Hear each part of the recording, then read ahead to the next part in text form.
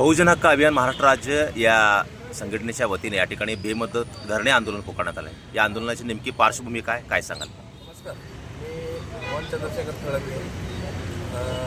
आज प्रजासत्ताक दिवशी आम्ही बेमुदत धरणे आंदोलन बहुजन हक्क अभियान सामाजिक संघटनेच्या वतीने करण्यात आलेलं आहे।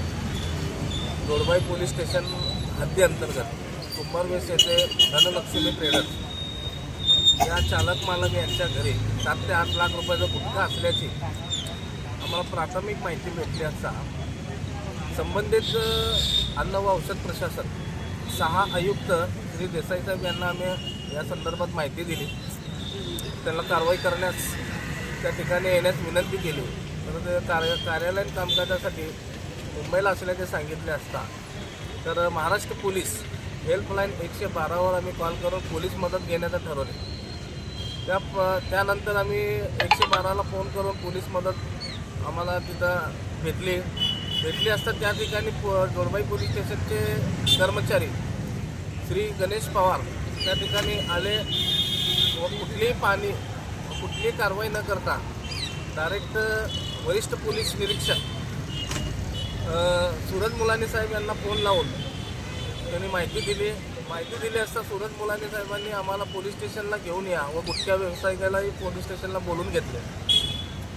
तिथे गेल्यानंतर आम्ही सविस्तर माहिती देण्याचे प्रयत्न केला, तर उलट कुठलीही कारवाई न करता त्या गुटख्या व्यावसायिकाला पाठीशी घालून आमच्यावर खोटे गंभीर गुन्ह्यामध्ये अडकवण्याची धमकी देऊन दहशत निर्माण करून आम्हाला तिथं हाकलून लावण्याचं काम केलेलं आहे। तरी आज आम्ही प्रजासत्ताक दिनी या विषयावर बसलेला आहे, तरी आज तागायत आम्हाला महाराष्ट्रामधले सोलापूरमधले सर्वच पोलिसांनी आम्हाला चांगली वागणूक दिली व आम्हाला प्रत्येक कार्यक्रमामध्ये आम्हाला सहकार्य केलं व आम्ही बहुजन हक्क अभियान सामाजिक संघटनेच्या वतीने सोलापूरमध्ये गुटखाबंदी अभियान अनेक महिन्यापासून राबवत आहे।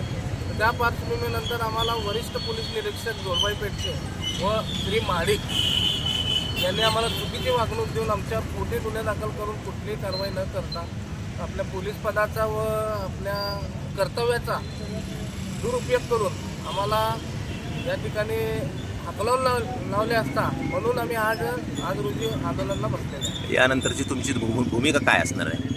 यानंतरची आमची भूमिका एकच आहे, आम्ही माननीय CP साहेबांना विनंती करतो की काही पोलिसांमुळे, आम्ही सर्रास पोलीस वाईट आहेत असं म्हणत नाही, काही पोलिसांमुळे पोलीस दलाचा व पोलिसांचं नाव बदनाम होत आहे, तरी असे पोलिसांचे अधिकाऱ्यांची कर्मचाऱ्यांची तात्काळ बदली करून यांच्यावर प्रचलित कायद्यान्वये कारवाई होण्याची आम्ही विनंती करत असतो।